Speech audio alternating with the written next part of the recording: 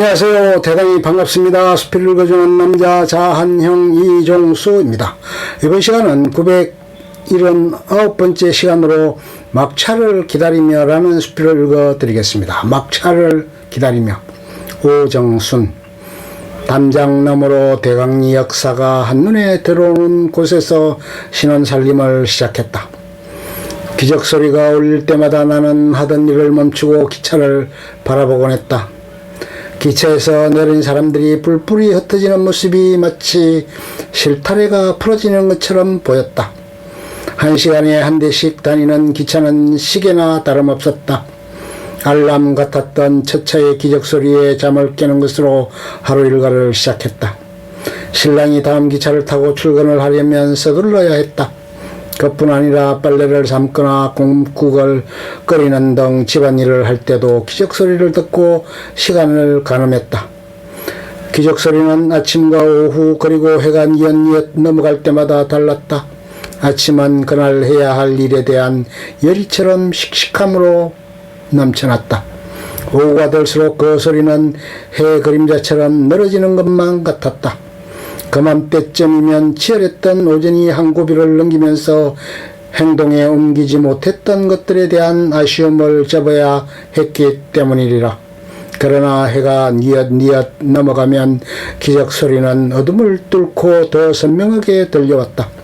하루의 꿈을 향해 달려가는 그 소리에 나는 다시 저녁 준비로 분주해졌다. 훈련이 잦았던 신랑은 자주 집에 들어오지 못했다. 그는 막차를 놓치면 몇 집 건너 단 한 대뿐이었던 군전화로 못 들어온다는 연락을 해왔다. 나는 그가 타고 있지 않다는 것을 알면서도 막차를 기다렸다.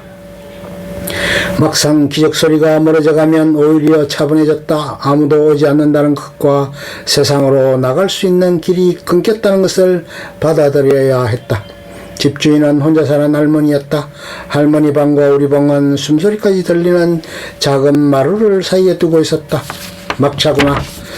초저녁 잠을 깬 할머니의 혼잣말이 어둠을 헤치고 파도처럼 밀려왔다. 나는 할머니의 넋두리 속에서 빛이 바래지 않은 기다림을 읽을 수 있었다. 올 사람이 없다면서도 누군가를 기다리는 것이었다. 지칠 줄 모르는 그리움이 철썩 내 가슴에 부서졌다. 새댁 신랑 오늘은 못 오는갑다. 막차 소리가 멀어져 갔을 때 할머니가 마루로 나오며 말했다. 그날따라 달빛이 무척 밝았기 때문일까 할머니가 당신의 옛날 이야기를 주섬주섬 늘어놓았다. 가진 것 없이 시작한 결혼생활이었다. 아들이 태어나면서 형편이 피기는커녕 빚만 점점 더 늘어났다. 남편은 입에서 돈이라는 말이 그치지 않았다. 아들이 초등학교에 들어가던 날 남편은 막일이라도 해서 돈을 벌겠다며 첫 차를 타고 떠났다. 원수 같은 돈은 그가 간 도시에도 없었다. 몇 군데 거처를 옮긴 남편한테서 뜸하게 오던 소식마저 끊겼다. 행방을 수소문했지만 소용이 없었다. 그렇게 3년이 흘렀다.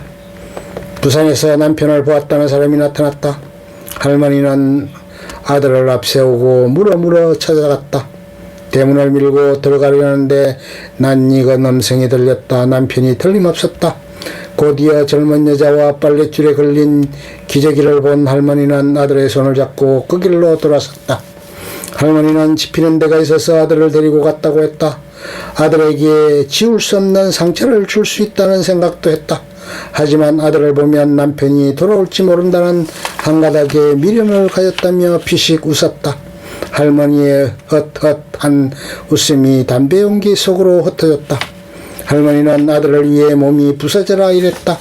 남정네도 힘에 붙이는 부마시도 마다하지 않았다. 농사일이 없는 겨울에는 식당에서 허드렛 일을 하며 잠시도 일손을 놓지 않았다. 고등학교를 졸업한 아들이 돈을 벌겠다며 도시로 가겠다고 했다.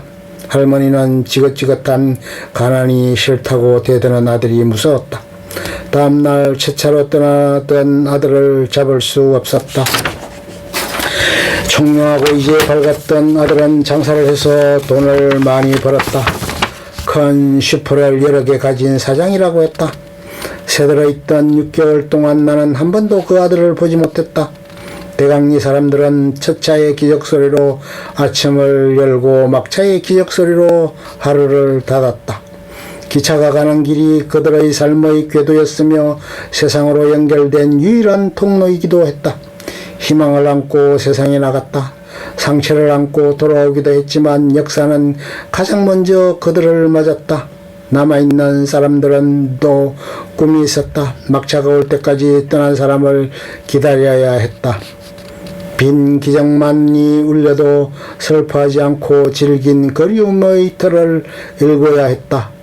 처음 대강역에 내렸을 때 서울에서 2시간 거리인데도 내게는 채울 수 없는 고모처럼 아득하기만 했다.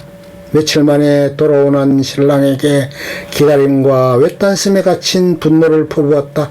다음날 첫차를 타고 서울로 갈 거라고 다짐을 했다. 하지만 나는 떠나지 못했다. 나는 또다시 대강역을 바라보며 그를 기다리고 있었다. 나는 아이를 가졌다. 그제야 할머니의 평생 동안 놓지 않았던 그리움의 실체를 알 것만 같았다. 내게도 기차역이 있었다. 지켜야 할 궤도가 있었다. 그리고 막차가 올 때까지 기다려야 하는 사람이 있었다. 나는 조금씩 역전 사람이 되어가고 있었다.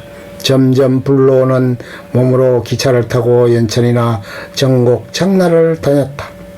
앙증맞게 작은 아기 신발과 허리가 마냥 늘어나는 내 고무줄 치마를 사며 흐뭇해했다. 좌판에 앉아 순대도 먹고 리어카에서 예쁜 머리핀도 골랐다. 그러나 항상 기차 시간을 염두에 두었다. 어느에게 가더라도 대강리행 기차 시간표는 정확하게 외울 수 있었다. 기차를 타고 집에 돌아가는 내가 풀렸다가 다시 감기는 실타래처럼 느껴졌다. 반듯하게 뻗어있는 철로를 보면 그 안에 길이 있었다. 이미 철길은 가야 할 방향을 알고 있었고 나도 그 길을 따라가야 한다는 생각이 들었다. 멀리서는 소실점마저 희미해 보이지만 가까이 가면 철로는 새로운 시작이 정답처럼 놓여 있었다. 큰아이가 20살을 훌쩍 넘긴 지금도 가끔 대강리역 주인집 할머니가 생각난다. 몹시 추웠던 그의 겨울을 외로운 성 같은 할머니 집에서 보냈다. 할머니는 내가 신랑과 다투는 것을 알면서도 내색하지 않았다. 평생 가슴에 등불을 끄지 않았던 할머니는 살인문을 밀고 들어오는 발자국을 환하게 밝힐 수 있었다. 그 집을 떠날 때 내 손을 놓지 못하는 할머니에게 건강하시라고 말했다. 그녀는 너무 늙고 힘들어 보였다. 기적 소리처럼 먼 길을 온 할머니 어느새 막차가 되어 있었다. 끝. 좋으면 좋아요, 구독, 알림 설정 눌러주세요. 감사합니다.